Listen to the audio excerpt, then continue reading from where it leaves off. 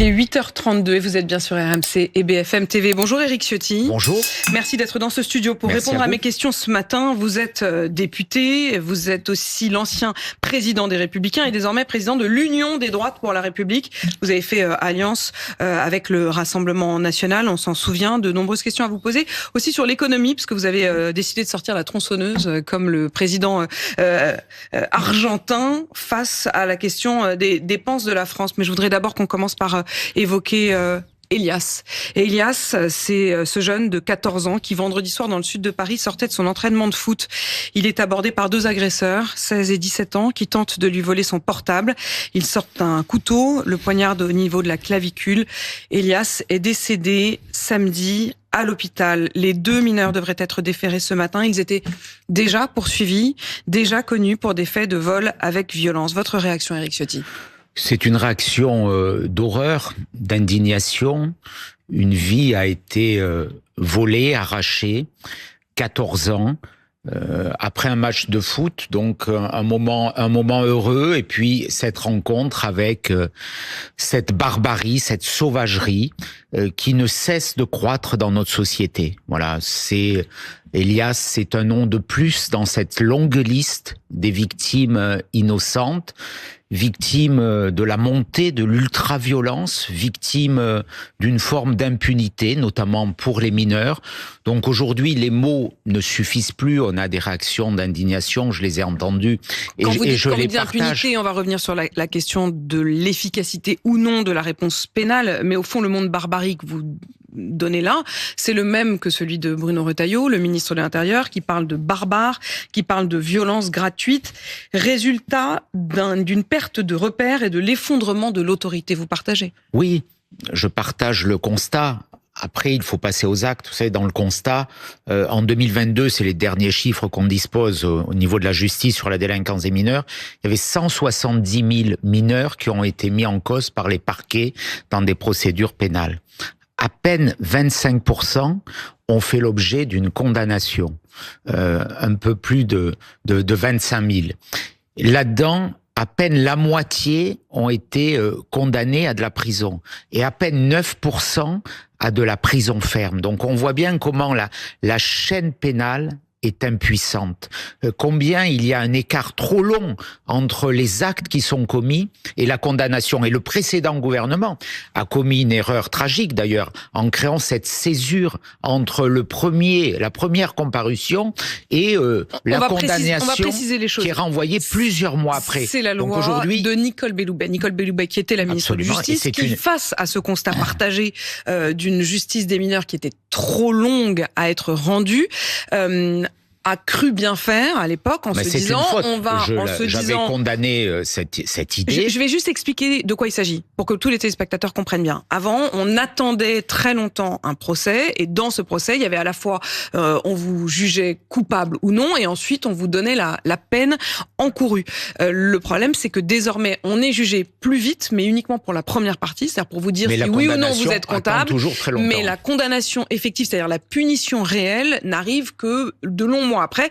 En l'occurrence, pour ce qui nous occupe, ces deux jeunes de 16 et 17 ans, ils avaient déjà été considérés comme coupables, mais le jugement définitif pour savoir quelle peine ils allaient avoir n'était attendu qu'en juin prochain. D'ici là, ils étaient libres. C'est insupportable. Donc il faut des délais beaucoup plus courts, il faut des comparutions immédiates.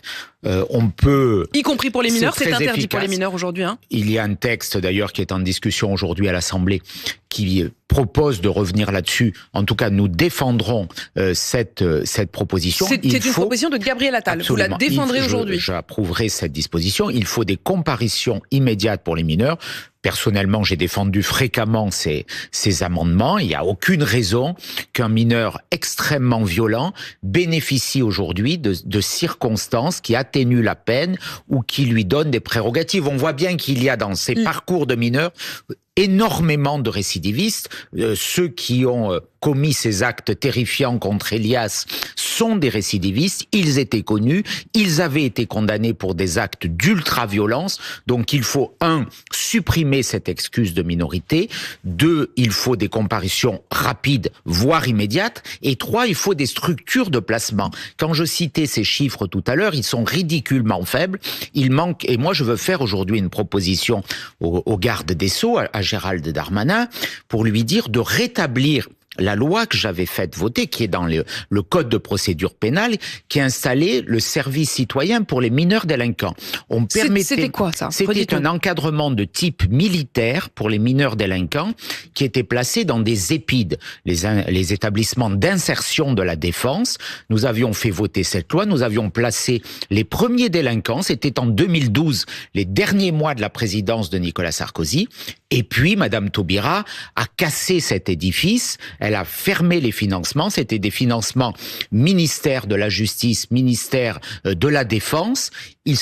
La loi existe, le dispositif existe, on pourrait placer des dizaines, voire des centaines immédiatement de mineurs délinquants avec un encadrement efficace. Il faut arrêter avec les encadrements socio-éducatifs. Est-ce que c'est son job? Mais il y a ces établissements. Ils existent, ce ne sont pas des militaires, ce sont d'anciens militaires, mais il y a un encadrement de type militaire qui redonne un cadre, et il y avait eu des résultats très efficaces. Donc je fais cette proposition, je demande aussi la comparution immédiate, je demande la suppression de l'excuse des mineurs, je demande la suppression des allocations familiales pour les parents de mineurs délinquants récidivistes. Ça peut être une peine complémentaire dans les mains du juge. C'est déjà établi dans certaines villes de France. Le rétablissement de ma loi sur la suppression des allocations familiales en cas d'absentéisme scolaire. On avait un panel qui a été détricoté par les socialistes et que le gouvernement macroniste a toujours refusé de mettre en œuvre en bon continuateur des socialistes qu'il est. Donc on a des réponses, il faut simplement avoir le courage de les mettre en œuvre, et je le dis aujourd'hui à Gérald Darmanin, à Bruno Retailleau. Le contexte politique pour eux est difficile. Ils sont prisonniers et quelque part otages de l'alliance avec les socialistes aujourd'hui, qui voient bien Monsieur Bayrou incapable d'agir. Mais donc vous estimez que, on va revenir sur l'aspect politique, vous estimez qu'ils sont otages aujourd'hui du gouvernement et du Parti socialiste. Mais sur ce que vous dites, Gérald Darmanin va réunir justement tout à l'heure les procureurs pour leur transmettre des directives face à la montée des violences. Ça pourrait passer par des circulaires, et il va demander à ce qu'on soit plus ferme et plus rapide quand on est procureur. Tout ça, c'est bien.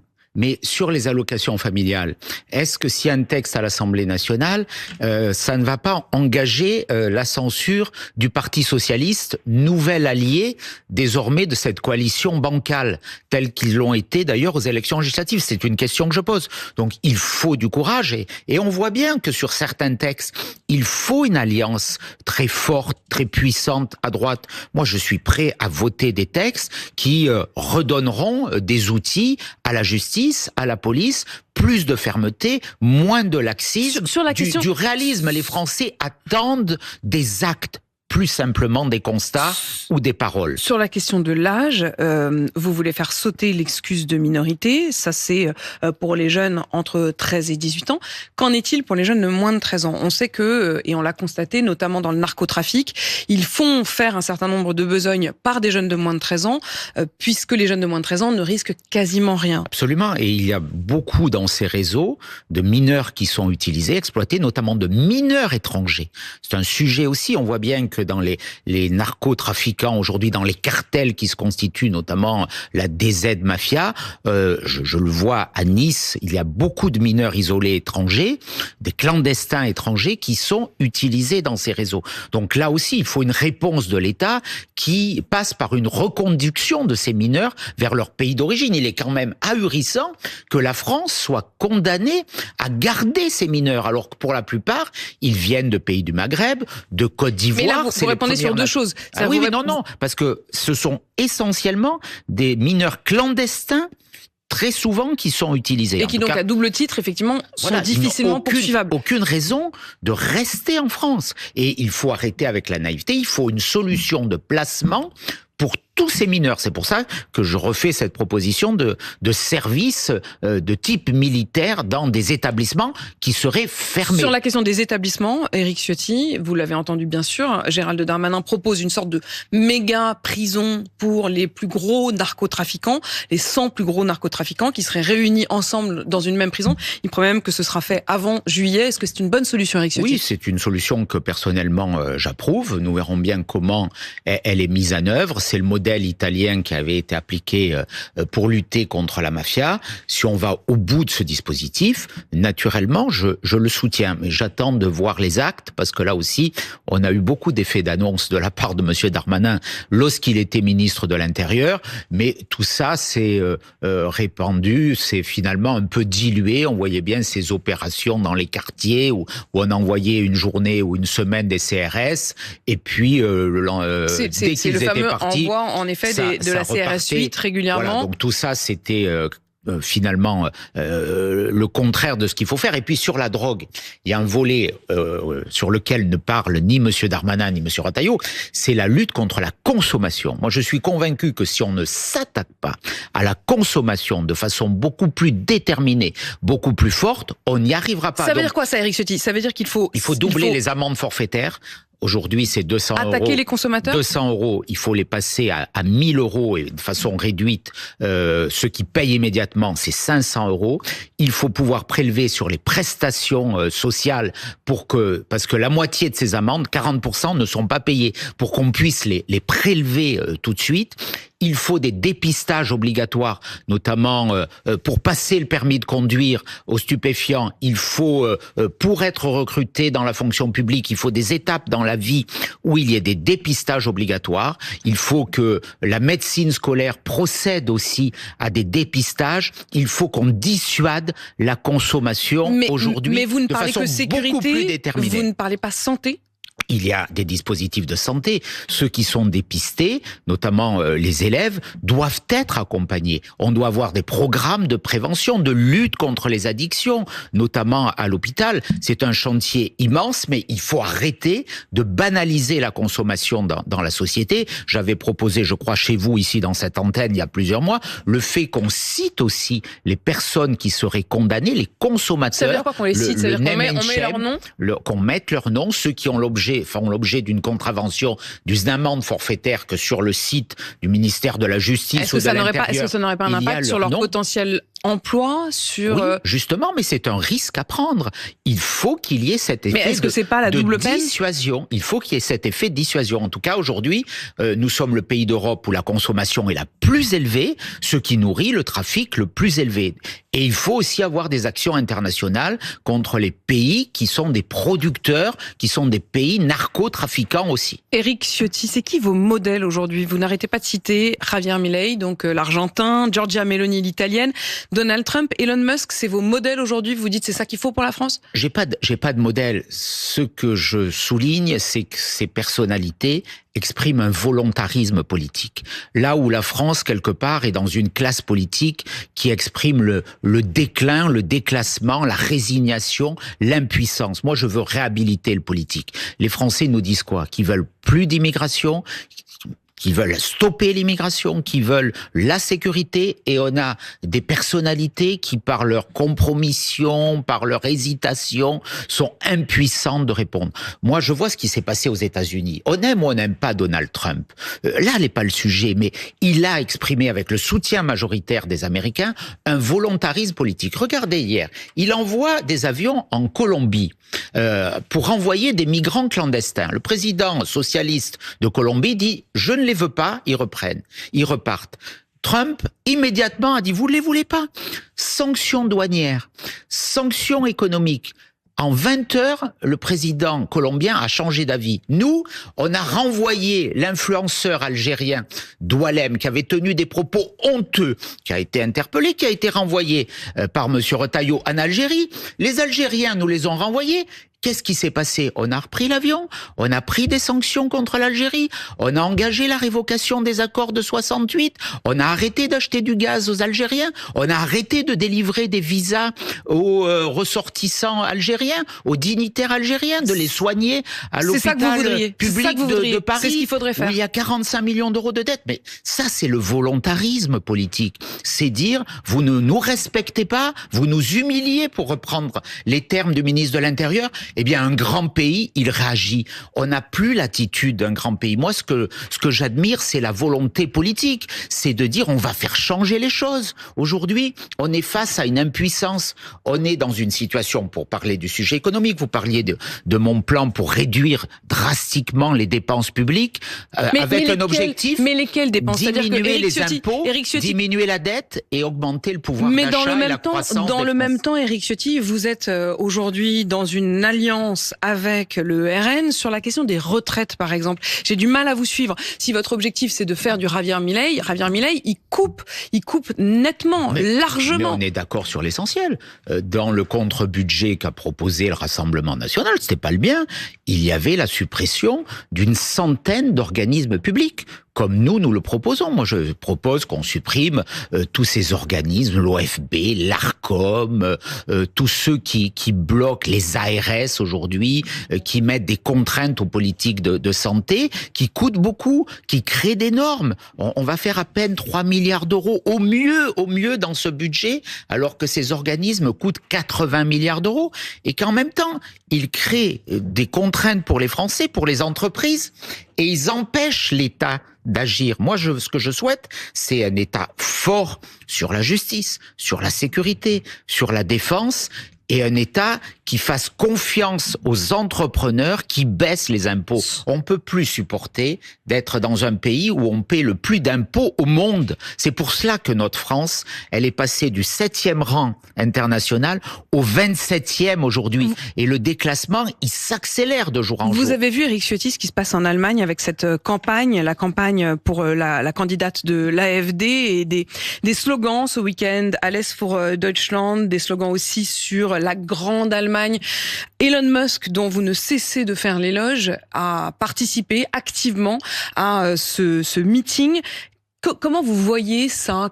Vous trouvez ça normal qu'un homme comme Elon Musk intervienne dans la politique interne d'un pays européen et prennent parti pour l'AfD, dont je rappelle que le RN lui-même en a pris ses distances? Absolument. Donc, il n'y a pas de communauté avec l'AfD. Après, chacun fait ce qu'il veut. Je vous demande pas d'une communauté avec l'AfD, je vous demande une prise de distance par rapport à Elon Musk, non? On est dans un pays, moi, je suis partisan de la liberté. Donc, chacun dit ce qu'il veut. Mais jusqu'où la liberté? Dit ce qu'il veut dans le respect de la loi.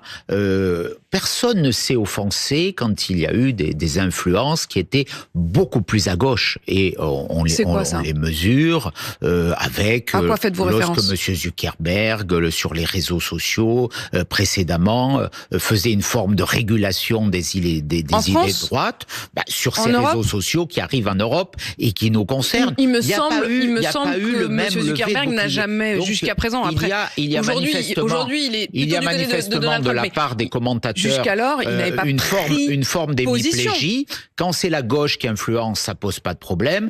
Quand c'est quelqu'un qui exprime... Mais moi, je vous demande pas de me parler de la gauche, je vous demande de parler d'Elon Musk. Quand Elon Musk intervient directement dans un meeting en pleine campagne c'est son choix. En Europe, c'est son choix. Ça vous choque pas? On est dans un pays de liberté. Pourquoi on l'interdirait? Il y a des personnalités de gauche étrangères qui sont intervenues. Vous prenez vos distances par rapport à l'AfD, mais est-ce que vous continuez à donner votre estime à Elon Musk? Quand le Parti communiste allait s'inspirer à Cuba ou personne. Mais est-ce que vous comparez Elon Musk au dictateur cubain, finalement? Non, je ne compare pas de la même façon, mais je veux dire que ce que j'appelle, c'est un regard objectif. On n'est pas obligé d'adhérer à tout ce qu'il dit.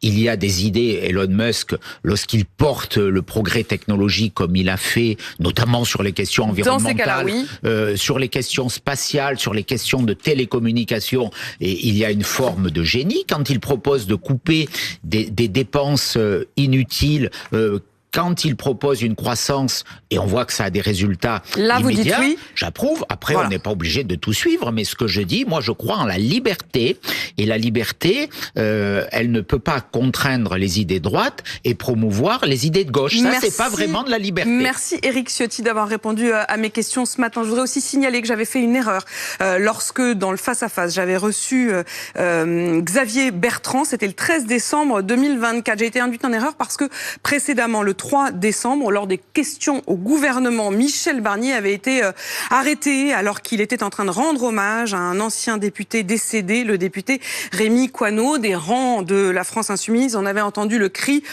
On s'en fout » et ça avait été évoqué à l'époque, et notamment par la présidente de l'Assemblée nationale, Yael Braun-Pivet, comme étant sans doute issu des mots de Sophia Chikirou. Ça n'était pas le cas. Et d'ailleurs, la députée en question qui a prononcé ces mots, elle-même s'en est excusée et a dit, je cite, « Ce n'est pas Sophia Chikirou, mais moi qui m'adressais non pas à Monsieur Barnier, mais à un de mes collègues. » Je voulais donc rétablir ce fait ce matin devant vous. Il est 8h52 sur RMC BFM TV.